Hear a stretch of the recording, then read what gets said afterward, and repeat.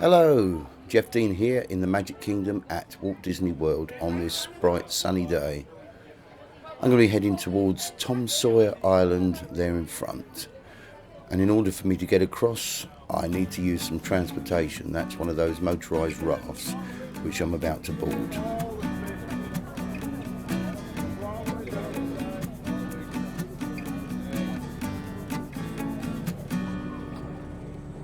It's a bit of a squeeze, standing room only, but fortunately a very short trip lasting about a minute or two at maximum. And we're off, now crossing the rivers of America.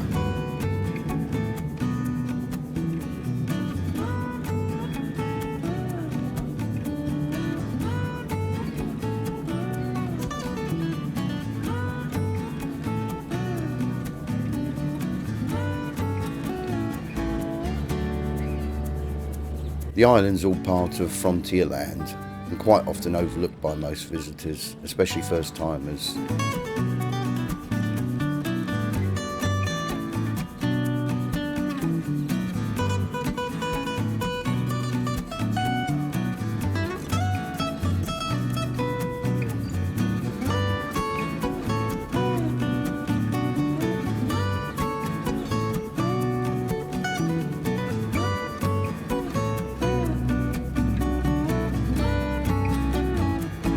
And we've arrived. I said it was only a small trip, didn't I?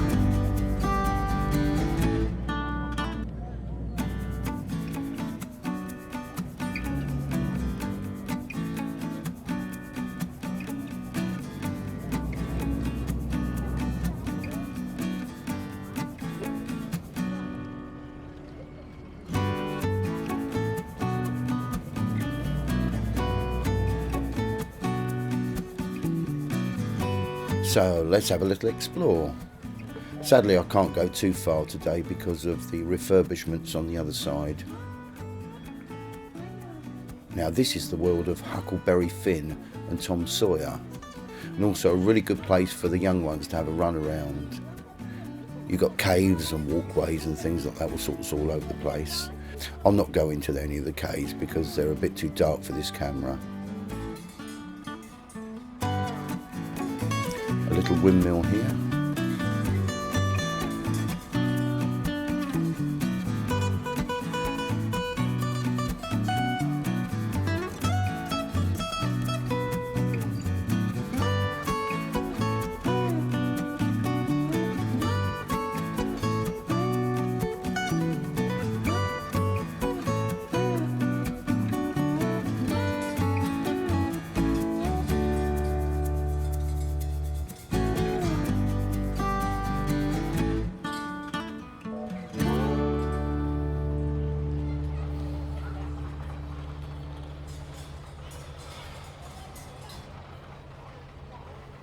Isn't that lovely?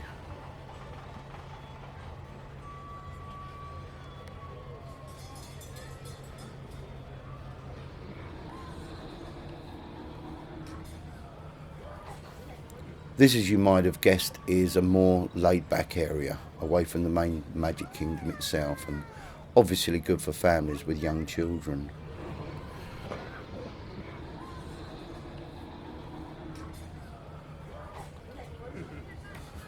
There's bridges to cross and other stuff, but that's at the moment on the refurbishment side, and I can't get access to that, which is a shame as I'm already here. Yeah, this is probably the most overlooked area in the park. More overlooked than most areas in other parks. And as you can see, not too many people about either. Now that's the area. It's shut off at the moment. So I have to go this way instead.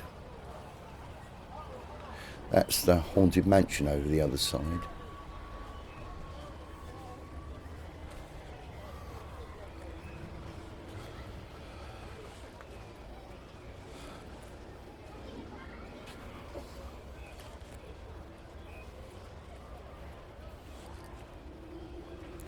Rickety banister rails, except that you know that they're going to be well built and stable.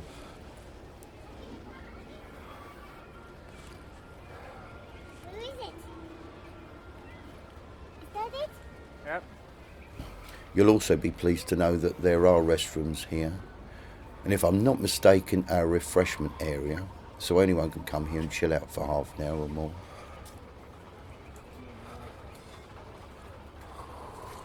I'd have loved all this when I was young, absolutely. I quite like it now. It's just good to have a break from the hustle and bustle of the world's #1 most popular theme park. And it is according to figures. Last year they had an attendance of well over 20 million people. Can you believe? The second of that was Disneyland with over 17 million. There you go, there's some white ibis. You see a lot of these over here.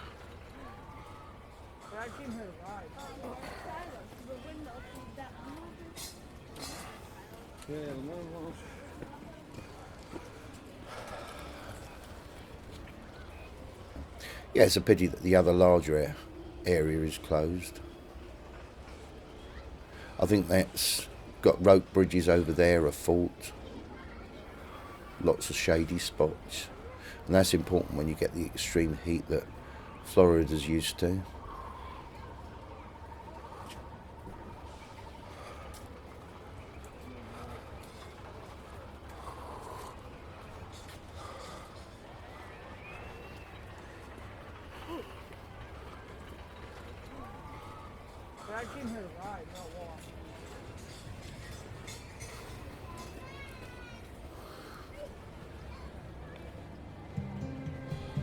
Back on the mainland again, still in Frontierland, and we're heading towards Liberty Square via this boardwalk.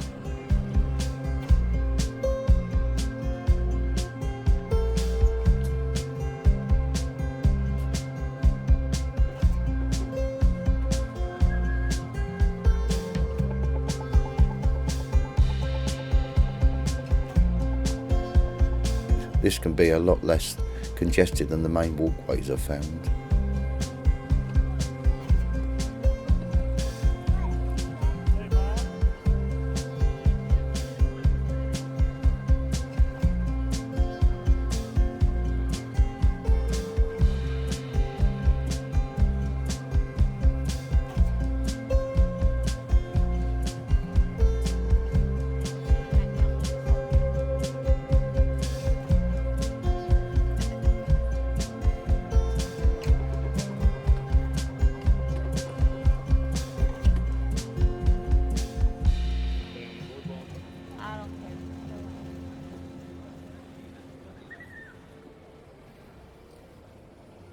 On the left at the back you can see the top of the haunted mansion, and straight ahead in the middle is the station for the riverboats.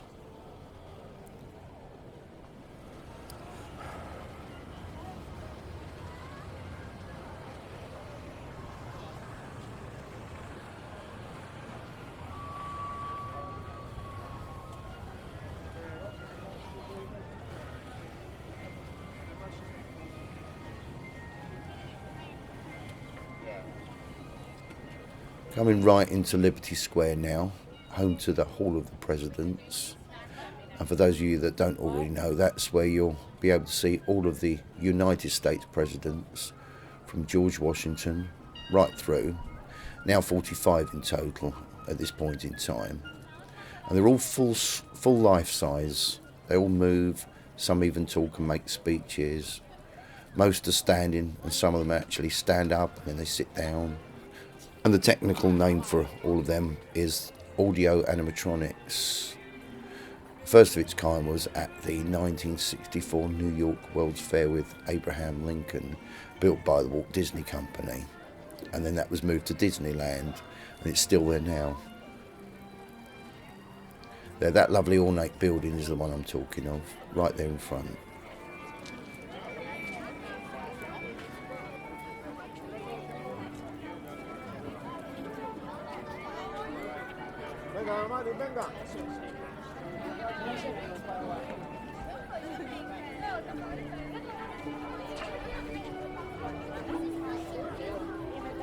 Still in Liberty Square.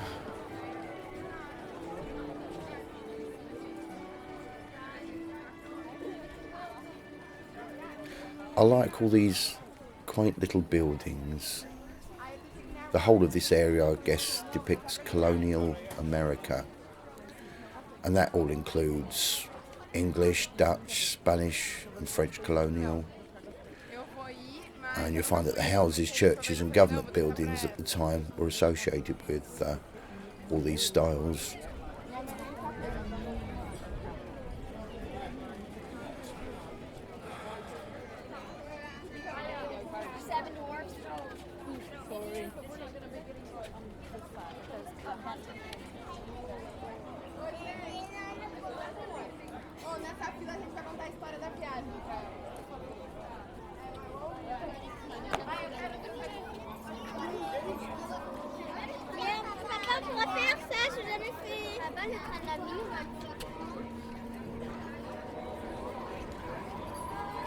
Liberty Square, also home to the steamers or the steamboats, and right in front the Haunted Mansion, which the actual building is very clean and tidy, as you'll notice.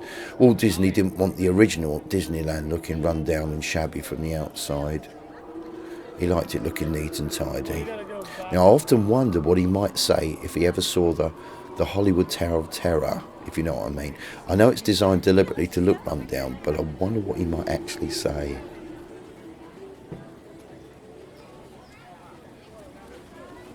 Now the scenery, it's starting to change because we're merging into Fantasyland.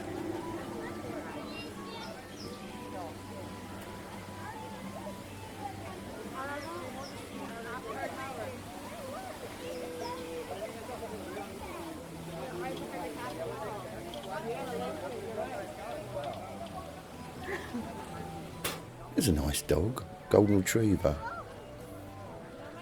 I think it's some sort of help dog. It says no petting, so I won't. I like to though, I do like dogs.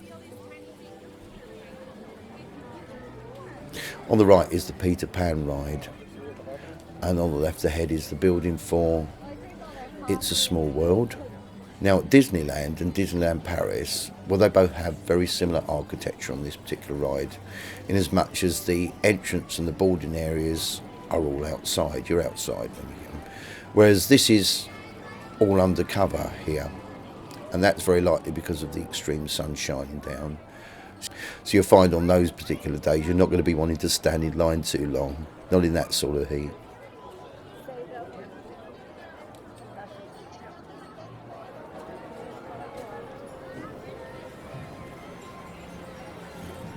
That's all part of the Pinocchio Village house. I've not been in there for a while, but I would imagine it hasn't changed too much. It's a good place for fast food and refreshments. Everything from burgers, salads, fries, chicken and that type of thing.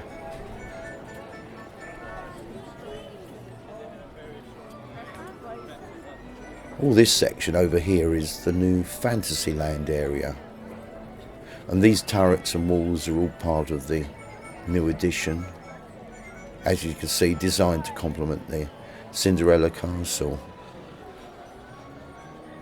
I call it a new section, which it is.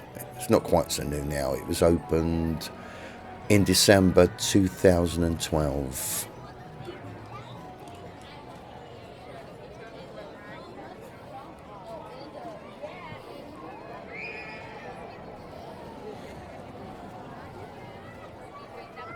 I understand the expansion was an extremely large project, and now you find quite a few new attractions, which includes the Seven Dwarfs Mine Train, and that must be popular.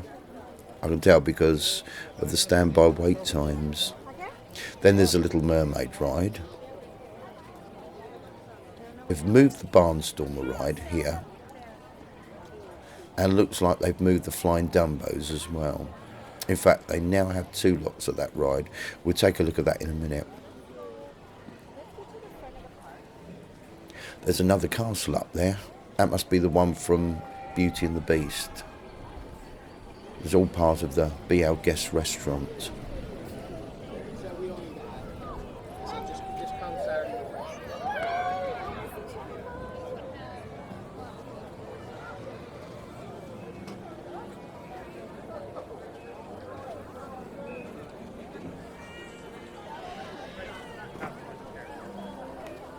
test of reality.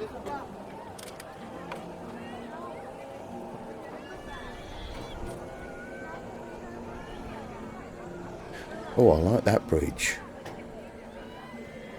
Actually, all the scenery right in this section, it really is nice.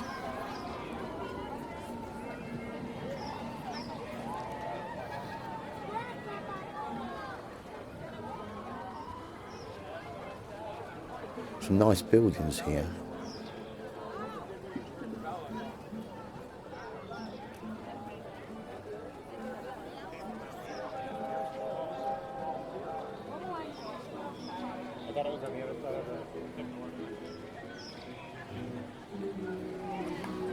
Gaston Tavern. You can get snacks and drinks here apparently. Non-alcoholic though. Non-alcoholic, just snacks. Non-alcoholic drinks.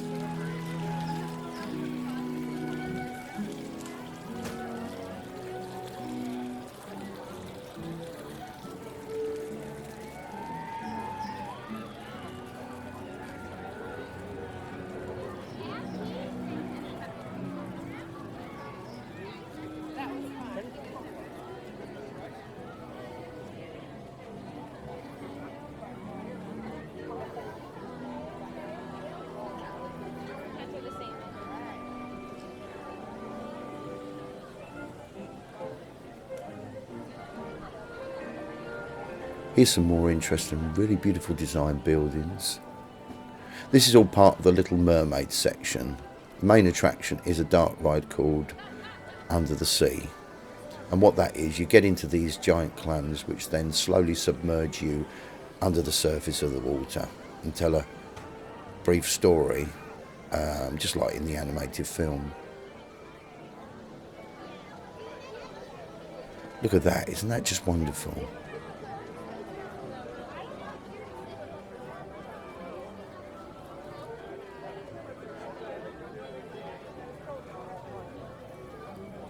That looks like a bit of a shipwreck there, with Ariel right at the front.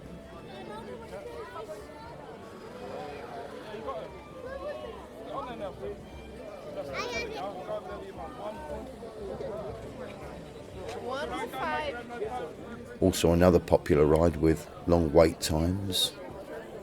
Fortunately, you do have the options of fast pass, so it's good to make use of them. And that fast pass system is something that's changed since I first came here.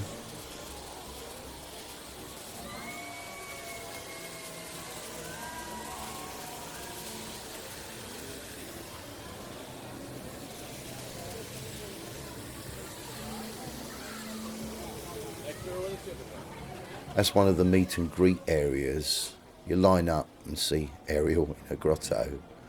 Obviously really popular with the younger ones.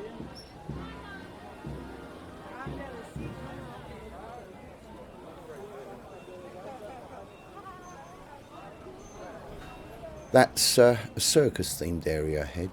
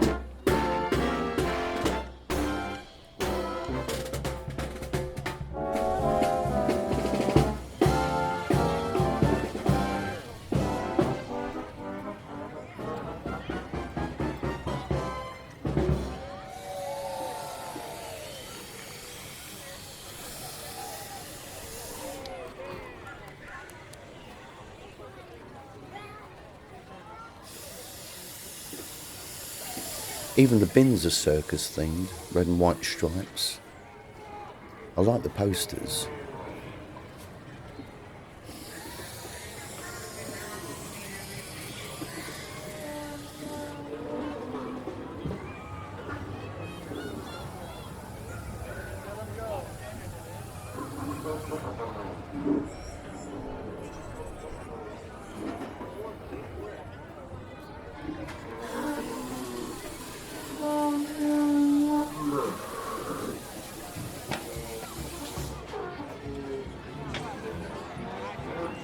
This is Casey Jr. The train there, it comes straight out of the movie Dumbo. And at times in the past I've seen them all have water fights with each other. Maybe not too extreme today, not in the cooler weather.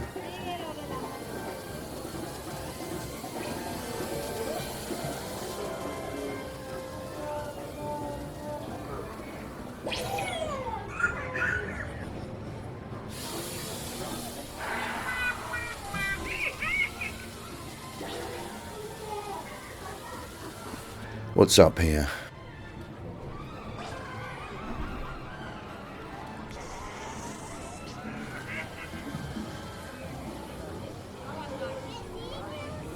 Another tent. There's a few of these around. Some sell merchandise and others are places to eat.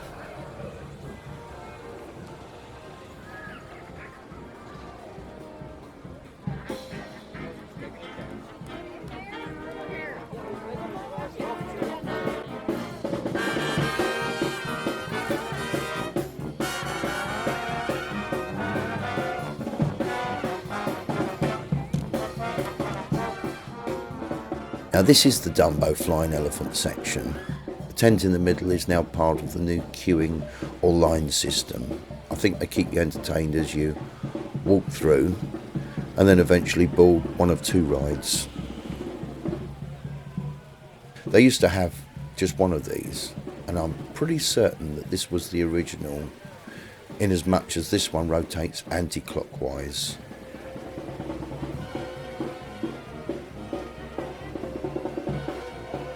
And this is most likely the additional one because it rotates clockwise.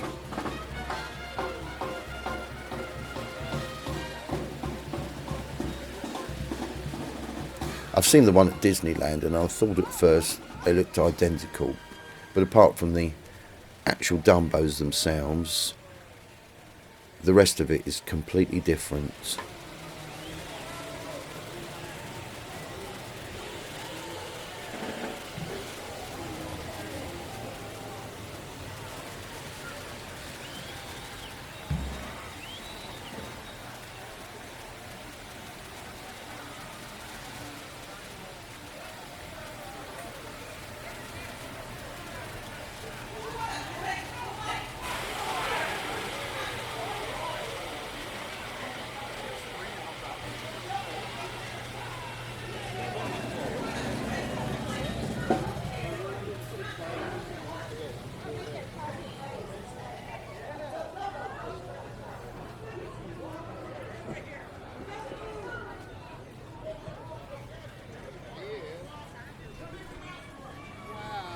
That's a merchandise tent over there.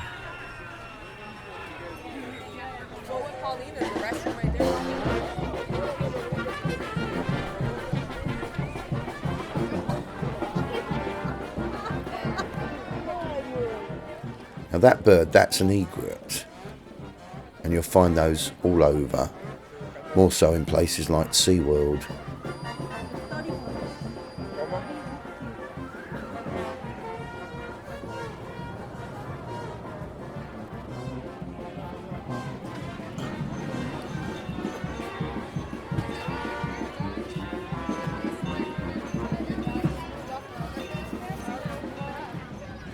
Here's a section of the Seven Dwarfs Mine Train.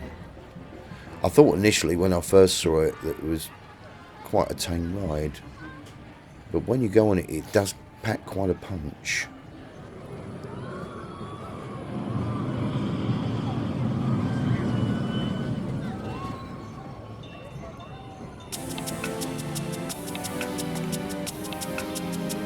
Well, there we go. I hope you enjoyed today's tour of another part of the Magic Kingdom. If you haven't already, you might like to subscribe to my channel and check it out. All past uploads as well, and you should be up to date with all my latest. This is Geoff Dean, and I'd like to thank you all for watching, and thank you to all the people that support me. See you all again very soon, shortly on YouTube.